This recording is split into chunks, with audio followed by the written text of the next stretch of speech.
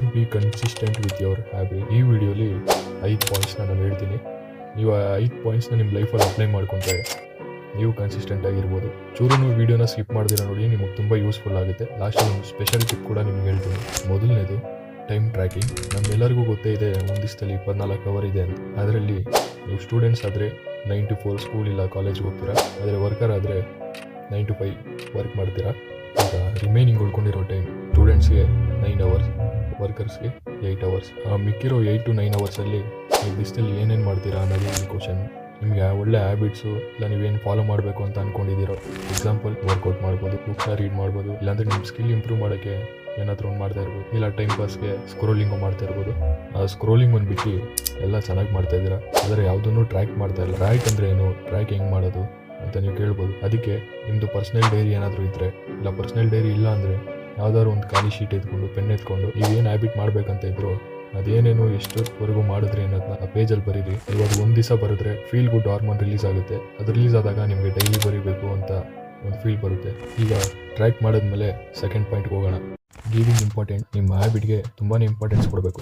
ನೀವು ಎಷ್ಟು ಹ್ಯಾಬಿಟ್ ಕನ್ಸಿಸ್ಟೆಂಟಾಗಿ ಮಾಡಬೇಕು ಅಂತ ಇದ್ದೀರೋ ಅಷ್ಟು ಹ್ಯಾಬಿಟ್ಗೂ ನೀವು ಇಂಪಾರ್ಟೆನ್ಸ್ ಕೊಡಬೇಕು. ಈಗ ನೀವು ವರ್ಕೌಟ್ ಮಾಡಿದ್ದೀನಿ, ಡಯಟ್ ತಾನೇ ಬಿಡು ಇವತ್ತೊಂದು ದಿವಸ ಎಲ್ಲದಕ್ಕೂ ಇಂಪಾರ್ಟೆನ್ಸ್ ಕೊಡಬೇಕು. ಈಗ ಫಾರ್ ಎಕ್ಸಾಂಪಲ್ ನೀವು ಬುಕ್ ಓದಬೇಕು ಅಂತ ಹೇಳ್ತೀರಾ, ಆದರೆ ನಿಮ್ಮ ಫ್ರೆಂಡು ಯಾರೋ ಗರ್ಲ್ ಫ್ರೆಂಡು ಮೆಸೇಜ್ ಮಾಡ್ತಾರೆ ಮೀಟ್ ಮಾಡೋಣ ಅಂದ್ಬಿಟ್ಟು. ಈ ಟೈಮಲ್ಲಿ 99% ಚಾನ್ಸ್ ನಿಮ್ಮ ಮೈಂಡ್ ಆ ಕಡೆನೇ ಎಳೆಯುತ್ತೆ ಮೀಟ್ ಮಾಡಬೇಕು ಅಂತ. ನೀವು ಅರ್ಥ ಮಾಡ್ಕೋಬೇಕಾಗಿರೋದು ಏನಂದರೆ ನಿಮ್ಮ ಪ್ರೋಗ್ರೆಸ್ಗಿಂತ ಬೇರೆ ಏನೂ ಇಂಪಾರ್ಟೆಂಟ್ ಅಲ್ಲ ಅಂತ. ಆ ಪರ್ಸನ್ನ ನೀವು ಫ್ಯೂಚರಲ್ಲಿ ಮುಂದೆ ಯಾವಾಗಾದ್ರೂ ಮೀಟ್ ಮಾಡ್ಬೋದು, ಟೆಕ್ಸ್ಟ್ ಮಾಡ್ಬೋದು, ಕಾಲ್ ಮಾಡ್ಬೋದು, ಮಾತಾಡ್ಬೋದು. ಆ ಟೈಮಲ್ಲಿ ವರ್ಕ್ ಮುಗಿಬೇಕು ಅಂತ ನೀವು ಅನ್ಕೊಂಡಿರ್ತೀರಲ್ಲ, ಅದಕ್ಕೆ ಹಾಗೆ ಟೈಮ್ ಸಿಕ್ಕೋದು. ಆ ಬುಕ್ ಓದೋದನ್ನ ನೀವು ಎಷ್ಟು ದಿನಗಳಿಂದ ಸ್ಟ್ರೈಕ್ ಮೇಂಟೈನ್ ಮಾಡಿ ಬರ್ತಿರ್ತೀರಾ, ತುಂಬ ಫೋಕಸ್ ಆಗಿರ್ತೀರಾ. ಆದರೆ ಈ ಒಂದು ಕಾರಣದಿಂದ 99% ನಿಮ್ಮ ಮೈಂಡ್ ಡೈವರ್ಟ್ ಆಗೋ ಚಾನ್ಸ್ ಇದೆ. ಅದಕ್ಕೆ ಏನು ಅರ್ಥ ಮಾಡ್ಕೋಬೇಕು ಅಂದರೆ ನಿಮ್ಮ ಪ್ರೋಗ್ರೆಸ್ಗಿಂತ ಏನು ಇಂಪಾರ್ಟೆಂಟ್ ಅಲ್ಲ ಅಂತ ಮೈಂಡಲ್ಲಿ ಫಿಕ್ಸ್ ಮಾಡಿಕೊಂಡು ಆ ಸಣ್ಣ ಪುಟ್ಟ ಹ್ಯಾಬಿಟಿಗೂ ಸರಿ ಆ ಎಲ್ಲ ಹ್ಯಾಬಿಟಿಗೂ 100% ಇಂಪಾರ್ಟೆನ್ಸ್ ಕೊಡಲೇಬೇಕು. ಅವಾಗೆ ನೀವು ಡಿಸಿಪ್ಲಿನ್ ಆಗಿರೋಕ್ಕಾಗುತ್ತೆ, ಕನ್ಸಿಸ್ಟೆಂಟ್ ಆಗೂ ಇರೋಕ್ಕಾಗುತ್ತೆ. ಅದಕ್ಕೆ ನಿಮ್ಮ ಕೆಲಸನ ಇಷ್ಟಪಟ್ಟು ಮಾಡಿ.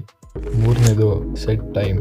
ಪ್ರತಿಯೊಂದು ಹ್ಯಾಬಿಟ್ಸ್ನು ನೀವೇನು ಕನ್ಸಿಸ್ಟೆಂಟಾಗಿ ಫಾಲೋ ಮಾಡಬೇಕು ಅಂತ ಇದ್ದೀರೋ ಎಲ್ಲದಕ್ಕೂ ಟೈಮ್ ಸೆಟ್ ಮಾಡಿ. ನಾನು ಫಸ್ಟ್ ಪಾಯಿಂಟಲ್ಲಿ ಹೇಳ್ದಂಗೆ 8 to 9 ಅವರ್ಸ್ ಸಿಗುತ್ತೆ. ಆ ಟೈಮಲ್ಲಿ ನೀವು ಏನೇನು ಹ್ಯಾಬಿಟ್ ಮಾಡಬೇಕು, ಈ ಹ್ಯಾಬಿಟ್ ಈ ಟೈಮ್ಗೆ, ಈ ಹ್ಯಾಬಿಟ್ ಆ ಟೈಮ್ಗೆ, ಈ ಥರ ಫಿಕ್ಸ್ ಮಾಡಿಕೊಳೋ ಕಷ್ಟ ಆದರೆ ಒಂದು ಪೇಪರ್ ಎತ್ಕೊಳ್ಳಿ, ಪೆನ್ ಎತ್ಕೊಳ್ಳಿ, ಯಾವ ಹ್ಯಾಬಿಟು ಯಾವ ಟೈಮಲ್ಲಿ ಮಾಡಬೇಕು ಅಂತ ಪರ್ಫೆಕ್ಟಾಗಿ ಕಾಲಮ್ ವೈಸು ಬರೆದಿಟ್ಕೊಳ್ಳಿ. ಪ್ರಿಂಟೌಟ್ ತೊಗೊಂಡು ನೀವೆಲ್ಲಿ ಜಾಗ ಕೂರ್ತೀರಾ, ಇಲ್ಲಾಂದರೆ ನಿಮ್ಮ ರೂಮಲ್ಲಿ ಕಾಣಿಸೋ ಥರ ಅಣಿಸಿ ಅದನ್ನ ನೋಡಿದಾಗಾದರೂ ನೀವು ಎಕ್ಸ್ಕ್ಯೂಸ್ ಕೊಡದೆ ಏನೋ ಸ್ಟಾರ್ಟ್ ಮಾಡಿದ್ದೀವಿ ಅದನ್ನ ಮುಗಿಸ್ಬೇಕು ಅನ್ನೋ ಮೈಂಡ್ ಸೆಟ್ ಬರುತ್ತೆ. ತಿರ್ಗಾ ಹೇಳ್ತಿದ್ದೀನಿ, ಕೇರ್ಲೆಸ್ ಆಗಿರಬೇಡಿ. ನಾಲ್ಕನೇದು ಅವಾಯ್ಡ್ ಡಿಸ್ಟ್ರಾಕ್ಷನ್. ಪೆನ್ನು, ಪೇಪರ್ ಅಥವಾ ನಿಮ್ಮ ಪರ್ಸ್ನಲ್ ಡೈರಿನ ಎತ್ಕೊಳ್ಳಿ. ಯೋಚನೆ ಮಾಡಿ ನೀವು ಯಾವ್ದ್ಯಾವ್ದ್ರಲ್ಲಿ ಡಿಸ್ಟ್ರಾಕ್ಟ್ ಆಗ್ತೀರಾ ತುಂಬ ಅಂತ. ಅದನ್ನು ಪ್ರತಿಯೊಂದೂ ಯಾವ್ದ್ಯಾವ್ದು ಡಿಸ್ಟ್ರಾಕ್ಟ್ ಆಗ್ತಿದ್ದೀರೋ ಅದನ್ನ ಪ್ರತಿಯೊಂದು ಬರ್ಕೊಳ್ಳಿ. ಮೋಸ್ಟ್ ಕಾಮನ್ ಆಗಿ ಒಂದು ಡಿಸ್ಟ್ರಾಕ್ಷನ್ ಹೇಳ್ಬೇಕಂದ್ರೆ ಇನ್ಸ್ಟಾಗ್ರಾಮ್ ರೀಲ್ಸಲ್ಲಿ ಇನ್ಫ್ಲೂಯೆನ್ಸರ್ನ ನೋಡಿರ್ತೀರ. ಯಾಕೆ ಇಷ್ಟು ಕಷ್ಟಪಡ್ಬೇಕು ನಾವು ಲೈಫಲ್ಲಿ, ಚೆನ್ನಾಗಿ ತಿನ್ನೋಣ, ಎಂಜಾಯ್ ಮಾಡೋಣ, ಶೀಟ್ ಮಲ್ಕೊಳ್ಳೋಣ ಅಂತ. ನೀವು ಈ ಥರ ವೀಡಿಯೋಸ್ ಎಲ್ಲ ನೋಡಿದಾಗ ಏನಾಗುತ್ತೆ ಅಂದರೆ ಮೈಂಡ್ ಡೈವರ್ಟ್ ಆಗುತ್ತೆ. ಯಾವಾಗ ಒಂದು ರೀಲ್ಸ್ ನೋಡಿರ್ತೀರ, ಈ ಥರ ಒಂದು ಟೈಮ್ ಬರುತ್ತೆ ಅವಾಗ ನಿಮಗೆ ಲೇಜಿ ಆಗಿರ್ತೀರಾ, ಇಲ್ಲಾಂದರೆ ಟಯರ್ಡ್ ಆಗಿರುತ್ತೆ. ಆಗ ನಿಮ್ಮ ತಲೆಯಲ್ಲಿ ಇದು ಬರುತ್ತೆ, ನಿಮ್ಗೆ ಒಂದು ಕಾರಣ ಬೇಕು ಅಷ್ಟೇ ಇಗ್ನೋರ್ ಮಾಡೋಕ್ಕೆ. ಈ ವಿಡಿಯೋ ನಿಮ್ಮ ಮೈಂಡಲ್ಲಿ ಬಂದಾಗ ಒಳ್ಳೆ ಡ್ರಾಪ್ ಔಟ್ ಮಾಡ್ಬಿಡ್ತೀರಾ. ಅದಕ್ಕೇನೆ ನಿಮ್ಗೆ ಯಾವ ಡಿಸ್ಟ್ರಾಕ್ಟ್ ಆಗ್ತೈತೋ ಅದನ್ನ ತುಂಬ ದೂರ ತಳ್ಳಿಕ್ ಬಿಡಿ, ಅದು ಬೇಕಾಗಿಲ್ಲ.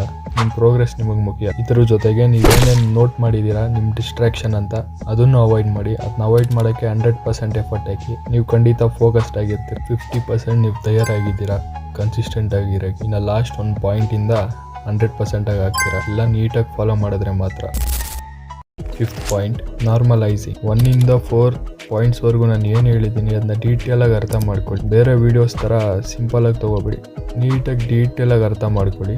ಎಂಟರ್ಟೈನ್ಮೆಂಟ್ ಪರ್ಪಸ್ ಆಗಿ ಏನು ವೀಡಿಯೋ ಮಾಡ್ತಾ ಇಲ್ಲ, ನೀವು ನಿಮ್ಮ ಟೈಮ್ನ ಇನ್ವೆಸ್ಟ್ ಮಾಡ್ತಾ ಇದ್ದೀರಾ. ಡೆವಲಪ್ ಆಗಬೇಕು, ನಾವೆಲ್ಲರೂ ಗ್ರೋ ಆಗಬೇಕು ಅಂತ ನಾನು ವೀಡಿಯೋ ಹಾಕಿರೋದು. ಮೈಂಡ್ನ ಕನ್ವಿನ್ಸ್ ಮಾಡಿ. ನಾನು ಏನೇ ಹ್ಯಾಬಿಟ್ ಮಾಡ್ತಿದ್ರು ಅದೇನು ರಾಕೆಟ್ ಸೈನ್ಸ್ ಅಲ್ಲ, ಅದೆಲ್ಲ ನಾರ್ಮಲ್ಲು, ಎಲ್ಲರೂ ಮಾಡೋ ಅಂಥದ್ದೇ. ಆದರೆ ಈಗ ಜನ್ರೇಷನಲ್ಲಿ ಅದು ಇದು ಎಕ್ಸ್ಟ್ರಾ ಬಂದು ಇಲ್ಲ ಡಿಸ್ಟ್ರಾಕ್ಟ್ ಆಗಿದ್ದಾರೆ. ಆದರೆ ನಾನು ಮಾತ್ರ ಸ್ವಲ್ಪ ಮೈಂಡ್ ಸೆಟಲ್ಲಿ ಇದ್ದೀನಿ, ಅದನ್ನ ಮಾಡ್ತಿದ್ದೀನಿ ಅಷ್ಟೇ. ನಾನೇನು ರಾಕೆಟ್ ಸೈನ್ಸ್ ಮಾಡ್ತಿದ್ದೀನಿ ಅಂತ ಅನ್ಕೋಬೇಡ್ದು. ಮೈಂಡ್ನ ಕನ್ವಿನ್ಸ್ ಮಾಡಬೇಕು ಇದು ನಾರ್ಮಲ್ ಅಂತ. ಡೈಲಿ ಮಾಡೋದನ್ನೇ ನಾನು ಮಾಡ್ತಿದ್ದೀನಿ, ಅದರಲ್ಲೇನು ದುಡ್ಡು ಏನಿದಿಲ್ಲ ಅಂತ ಮೈಂಡ್ನ ನಾರ್ಮಲೈಸ್ ಮಾಡಬೇಕು. ಯಾವುದನ್ನು ಟಫ್ ಆಗಿ ತಗೋಬಾರ್ದು, ನಾರ್ಮಲ್ ಆಗಿ ತಗೋಬೇಕು. ಈಗಿರೋ ಸಿಚುವೇಶನ್ ಅಲ್ಲಿ ಎಲ್ಲರೂ ಈ ತರ ಮಾಡಬೇಕು ಅಂತ ಅನ್ಕೊಳಲ್ಲ. ನೀವು ಅನ್ಕೊಂಡು ಈ ವಿಡಿಯೋ ನೋಡಕ್ ಬಂದಿದ್ದೀರಾ ಅಂದ್ರೆ ಅದಕ್ಕೆ ನೀವು ತುಂಬಾ ಗ್ರೇಟ್ಫುಲ್ ಆಗಿರ್ಬೇಕು. ಇದಿಷ್ಟು ನಾನು ಏನ್ ಹೇಳಿದ್ದೀನಿ ಅದನ್ನ ನಾರ್ಮಲ್ ಆಗಿ ತಗೊಳ್ಳಿ. ಸ್ಟಾರ್ಟಿಂಗ್ ಮಾಡ್ತಾ ಬೋರ್ ಅನ್ಸುತ್ತೆ, ಇಲ್ಲ ಅಂತ ಹೇಳಲ್ಲ. ಎಲ್ಲರಿಗೂ ಮೈಂಡ್ ಹಂಗೆ ಇರುತ್ತೆ, ಎಲ್ಲರೂ ಸೇಮೇ, ನಾವು ಹ್ಯೂಮನ್ ಬೀಯಿಂಗ್ಸ್ ಎಲ್ಲರಿಗೂ ಒಂದೇ ಅನ್ಸುತ್ತೆ. ಅದಕ್ಕೆ ಈ ಸ್ಪೆಷಲ್ ಟಿಪ್ನ ನಾನು ನಿಮ್ಗೆ ಹೇಳ್ತಿದ್ದೀನಿ. ಫಸ್ಟ್ ಒಂದು 7 ಡೇಸ್ಗೆ ನೀವೇನು ಹ್ಯಾಬಿಟ್ ಮಾಡಬೇಕು ಅಂತ ಅನ್ಕೊಂಡಿದ್ದೀರೋ ಅದಷ್ಟು 7 ಡೇಸಿಗೆ ರೆಗ್ಯುಲರ್ ಆಗಿ ಮಿಸ್ ಇಲ್ದಂಗೆ ಕನ್ಸಿಸ್ಟೆಂಟ್ ಆಗಿ ಮಾಡಿ. ಅದಾದ್ಮೇಲೆ ಒಂದ್ ದಿವಸ ಬ್ರೇಕ್ ತಗೊಳ್ಳಿ. ಆ ಬ್ರೇಕ್ ಅಲ್ಲಿ ಏನು ಮಾಡಬೇಡಿ. ಅವತ್ತು ನಿಮಗೆ ಬೋರ್ ಅನ್ಸುತ್ತೆ, ತಿರ್ಗಾ ಸ್ಟಾರ್ಟ್ ಮಾಡಿ. 30 ಡೇಸ್ಗೆ ಅಂತ ಮಾಡಿ, ಆಮೇಲೆ 75 ಡೇಸ್ಗೆ ಅಂತ ಮಾಡಿ. ಇದೇ ತರ ಕನ್ಸಿಸ್ಟೆಂಟ್ ಆಗಿರೋಕೆ ಟ್ರೈ ಮಾಡಿ. ನೋಡಿ, ಒಂದ್ ದಿವಸ ಗ್ಯಾಪ್ ಆದ್ರೆ ಬೋರ್ ಹೊಡೆಯುತ್ತೆ ಅಂತ ನಿಮ್ಮ ಮೈಂಡಲ್ಲಿ ಬಂದ್ಬಿಡುತ್ತೆ. ಆಗ ನೀವು ಕನ್ಸಿಸ್ಟೆಂಟ್ ಆಗಿರ್ತೀರ. ಐ ಬಿಲೀವ್ ದಟ್ ಪ್ರತಿಯೊಂದು ಸ್ಟೆಪ್ಸು ಅರ್ಥ ಮಾಡ್ಕೊಂಡಿರ್ತೀರ ಅಂತ ಅನ್ಕೊಂತೀನಿ. ಎಲ್ಲಾನು ನಿಮ್ಮ ಲೈಫಲ್ಲಿ ಅಪ್ಲೈ ಮಾಡಿ, ತಿಂದಾನೆ ಅಪ್ಲೈ ಮಾಡೋಕೆ ಟ್ರೈ ಮಾಡಿ. ಏನೇ ಒಂದು ಸಣ್ಣ ಚೇಂಜ್ ಕಾಣಿಸಿದ್ರು ಈ ವಿಡಿಯೋಗೆ ಬಂದು ಕಮೆಂಟ್ ಹಾಕಿ. ನಾನು ತಿಳ್ಕೊತೀನಿ ನನ್ನಿಂದ ಏನೋ ನಿಮ್ಗೆ ಯೂಸ್ಫುಲ್ ಆಗಿದೆ ಅಂತ.